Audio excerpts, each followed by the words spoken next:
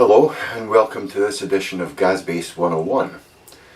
Today we're going to be talking about setting up your bass guitar so that when you play it, it feels optimal to play, it's set up correctly, the notes all sound similar up and down the fretboard, stuff like that. String heights, neck tension, intonation. That's what we're going to be looking at today, and how to set your bass guitar up correctly. Now, remember, there are no real rules, except for maybe one, which is intonation. But there are guidelines and best practices. This is just a guide on how to set up your bass guitar for optimal performance. If you feel comfortable with other settings, by all means, feel free. Go ahead and use those settings. But these are the ones I find to be most practical, easiest to play, and most beneficial to the lifetime of the guitar. So, without much further ado, let's get on with it. Okay, let's look at the tools we're going to require for this.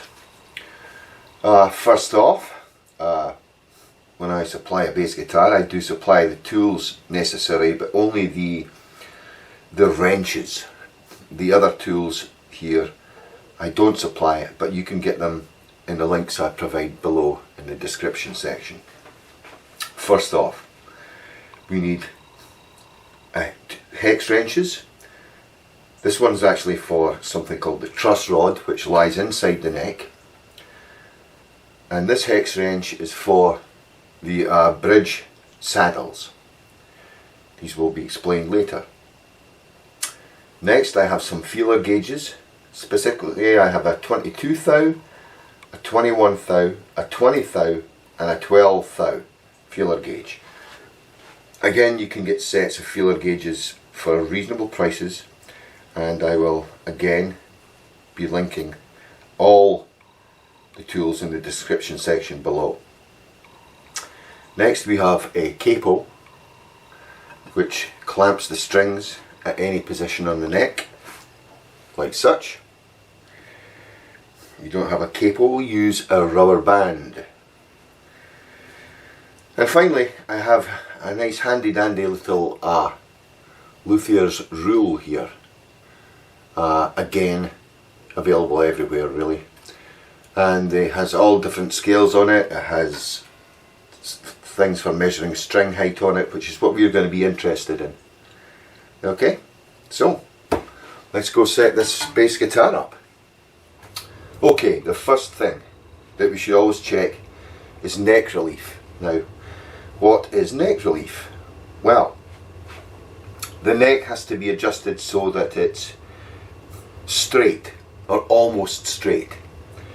There should be a small downward bow in the neck, very small downward bow in the neck, to give proper relief at every point on the fretboard. What happens if the neck has an up bow in it or is bent backwards? Well, then you're going to get fret noise, fret buzzing, stuff like that. The frets are going to be different heights away from the strings. Okay? Similarly with downward bow, you're going to have to work really hard in the middle to press down a fret, and you're going to get fret buzz either side of the strings. So the neck needs to be straight. So how do we check that? Well, there's a nifty little trick I learned from a man who runs a YouTube channel called Dave's World of Fun Stuff. He's excellent. I thoroughly recommend his channel, and I will link him in my description section below also. We take our capo and we clamp at the first fret. Then, keeping our ruler here handy, there's a scale on the ruler down here that measures in 64ths of an inch. What I do is I lift the bass up like that. I hold, sorry, that comes later. My apologies. we take our 12 thou feeler gauge. Sorry about that. This is going to be for string height actually. This is neck tension we're doing, neck relief. We take our 12 thou feeler gauge, okay? We hold down the 17th fret on the bass, and then we go to 1, 2, 3, 4, 5, 6, 7th fret. And if the feeler gauge doesn't just sort of slip through, the neck's too tight and it's too straight, it has a slight up bow in it. And this neck has a slight up bow in it. As you can see, the feeler gauge is staying there. Okay? What do? Well, we slacken the truss rod. We take tension off the neck. How's that done? Well, I'll show you. I'm going to slacken off the A string here and the D string on the bass guitar. We'll take these strings and put them to the side here so that we have space to access the truss rod. Now some guitars have the truss rod access down here, in which case you have to take the whole neck off. But I'm going to show you this, the principle is the same. Excuse me. I know there's a slight up bow in this neck, so using my hex wrench that fits the hex key in here, the hex screw in here, in this case is a 4mm. I used metric in building this bass because I'm really originally from the UK, so metric's I'm used to that. So I hold this down, even though I measure string height in inches. Go figure. So I'm going to slacken off the truss rod. This truss rod's working really well, and I give that a quarter turn. I'm just sort of judging this, okay? I'll tune the strings up to approximately what the tension should be. I give that 10 turns on slackening, so I'm going to do 10 on tightening. 7, 8, 9, 10, and then I'm going to repeat the measurement. So, capo onto the first fret, feeler gauge, 17th fret, hold it down, and then go to the 7th fret. As you can see, that's much easier to pass through. It's still a little bit too tight though. Oh, no, that's great actually. Yeah, I would go with that. So it's still tiny bit too straight, I would say. So again, off with that, and you repeat the adjustments until the neck relief is such that this just easily slips through the 7th fret. Okay, that's neck relief. Okay, next is string height. String height above the fretboard. You don't want the strings to be way above the fretboard and have to be pressing down on it hard. You want to be able to just touch the fretboard and the note will play. So this is called action. We want a nice low action so that we don't have to do too much work to play a note. Okay? How do we do that? Well, we come down this side of the bass, and down here is the bridge, and it has a saddle. Each string has a saddle, and they are adjustable in height by the use of the hex screws in the saddles here. Now what height should the strings be above the fretboard? Well, most fretboards have a radius, okay? So if you make sure that each string is the same height above the fretboard, the strings are going to follow the radius of curvature of the fretboard, so everything's going to be even. And what is that gap? Well, at the 17th fret, I like to see a gap of about 5/64 or 6/64 of an inch. So let's see what we have on this bass. You'll probably not be able to see the measurement from here, but I'm using the 64th scale here, and my word, that's nearly bang on. This is very slightly high. It is nearly 7/64 at the E string, 17th fret. The A is 5/64, 6/64. The D is a little low set. It's like just 5/64. I would adjust that up a little bit. And the G is 6/64, 7/64. So they're nearly all on. So the G needs to come down a little bit. So I put the Allen key in here and I lower a quarter turn here and a quarter turn here and a quarter turn here. Okay? Measure again. Slightly too low. So you adjust that till it's like between 5 and 6/64. Okay. See? That's good. The D is too low. Actually, this is squinty. So I'll raise it slightly. As you can see, this saddle, you might not be able to see, but this saddle is higher than that one, showing that the fretboard has a radius on it. So we know we're on the right track. That's perfect. The A string here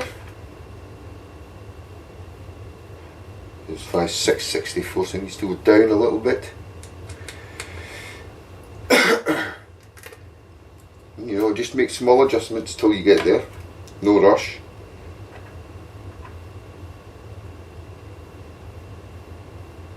Yeah, it still needs to come up a little bit there. There we go. Yep, and the E,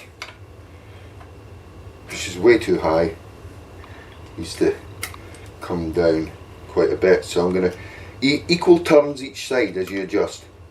So you're keeping everything straight. That's about right. Tiny turn here. And a tiny turn here. And we're done. That measures out. Fantastic. What's next? Well, next we are going to measure the gap at the 0 fret gap between the string and the fretboard at the nut, which should be between 18 and 22 thousandths of an inch. I think I'm going to get lucky with this one.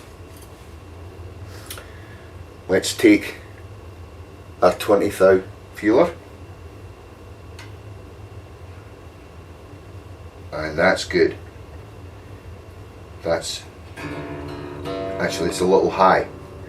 We take the 12 thou in there. I can hardly get the 12 thou in this. Okay, what's wrong here? Well, the nut is a little high. The grooves in the nut are not deep enough. So what do we do about that? Well, use a tool I need to introduce you to. It's a file with the two sides are abrasive and the flat side is smooth. It's called a nut file. And what we're going to do is we're going to loosen the strings, take them off, and we're going to very gently file off some material from each slot in the nut until we get the correct height. Very small amounts, okay? Back in a second.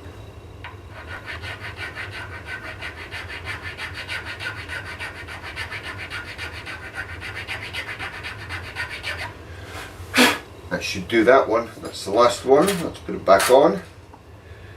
Tighten the strings back up.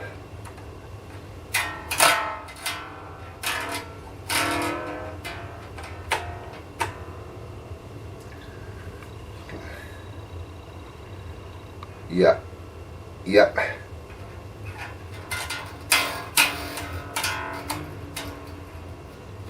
That's a perfect gap right there. So we're done with that part. Fantastic. We're actually done with all these tools. Because the last part set for this, and I will be introducing another tool to you. We're going to do intonation now.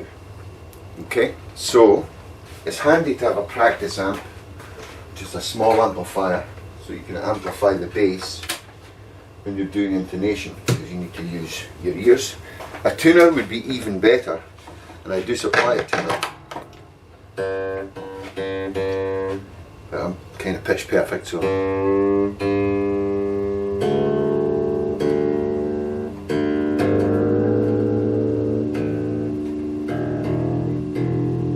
get it in tune.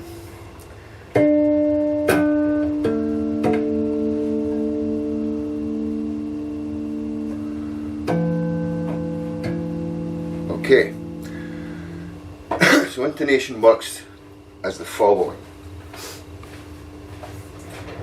You play an open note on the bass. Excuse me, you play an open note on the bass. Okay? Go to the 12th fret, which is an octave. Play the same note. Is that an exact octave or not? To me, that is sharp, and the tuner bears that out. Very, very slightly sharp. So what I need to do is I need to lengthen the string between the 2 points at the nut and the saddle. How do I lengthen it? I pull the saddle back, which means adjusting this screw inwards. So using a small Phillips screwdriver,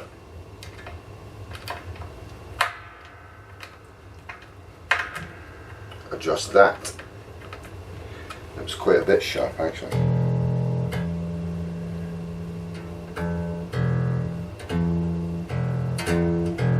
And that's about bang on. Okay? The next check is a harmonic. So it's open string, 12th fret, play the harmonic, which is just touching the string at the 12th fret, not pressing it down. They should all be the same note, E in this case. Now to D, I mean A, Do. Slightly, no, that's actually fine. A little bit sharp. So again, screw that in. That's good. D now.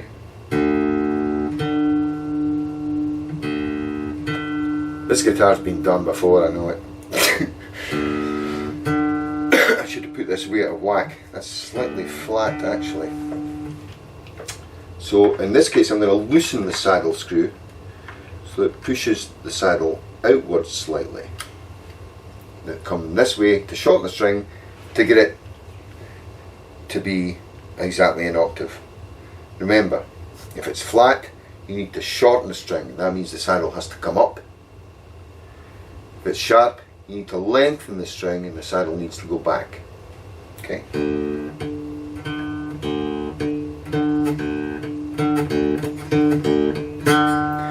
That's good.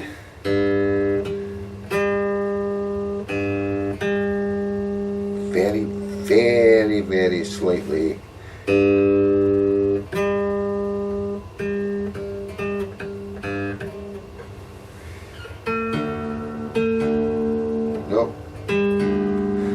And the G's fine.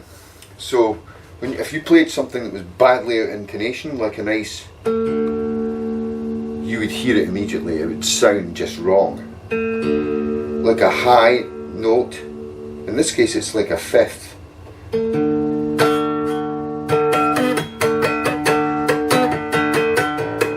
You know, something like that, but play it with an open note. And you shouldn't get any jarring sounds. That sounds smooth.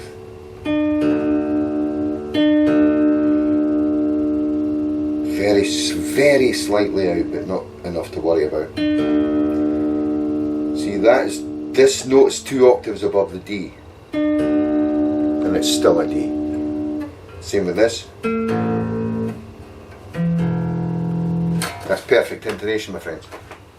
Okay, got my handy dandy hex screwdriver here, because the last one is going to be, there should be 1/8 of an inch between the strings and the pickups, and as you can see the pickups are way too high on here.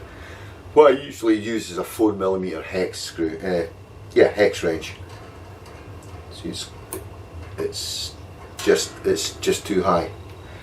So in order to lower the pickup, you use this screwdriver and you screw down the pickup a little bit. Make sure it's even both sides. Actually, this side will be very slightly higher because there's a radius on the neck. And we have to include the radius on the neck. Okay.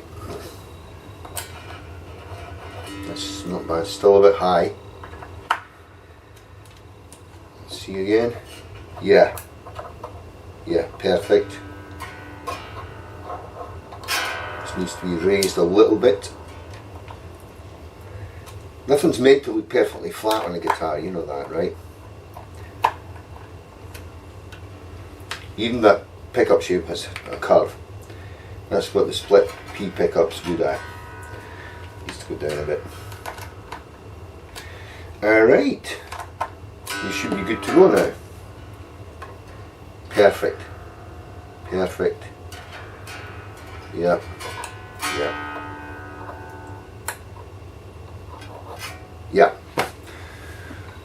That's it. So, let's go and summarise.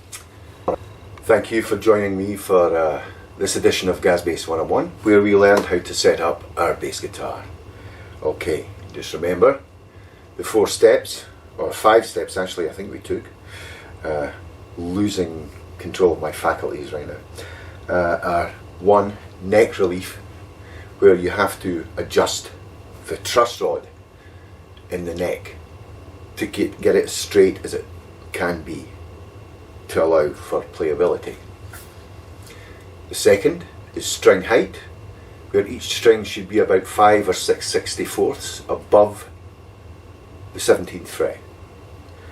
The third one, of course by I should mention, by adjusting the string height, you're adjusting the saddle height at the bridge up or down for each string. The third one is nut height at the 0 fret, which should be about 20,000th of an inch. You should be able to get a 20,000th of an inch feeler underneath the strings at the nut. If not, if it's too low, replace the nut or shim the nut. If it's too high, file down each slot in the nut until you get it bang on. Fourth is intonation, where we make sure that each string is completely in tune across the entire fretboard by changing its length at the bridge, by moving the saddle forward if it's flat and back if it's sharp at the 12th fret, so that we get a perfect octave. And lastly, pickup height above the strings, which should be around about 1/8 of an inch minimum, sorry. It should be about 1/8 of an inch minimum, so that you're not getting overdrive of the pickups, you're not damaging the pickups by the strings smashing against them, stuff like that. Okay, if you follow these guidelines, remember they're not rules, they're guidelines. No such thing as a rule here. Your guitar should be very playable and should give you years of enjoyment. You should only need to adjust your guitar when you're like changing strings or, you know, doing something major to it like that. And it's fun, and it ensures that your instrument will last much longer if you keep it in calibration. Every instrument needs to be calibrated. Bass guitar's no different. So I hope you enjoyed it, and we'll see you soon. Take care.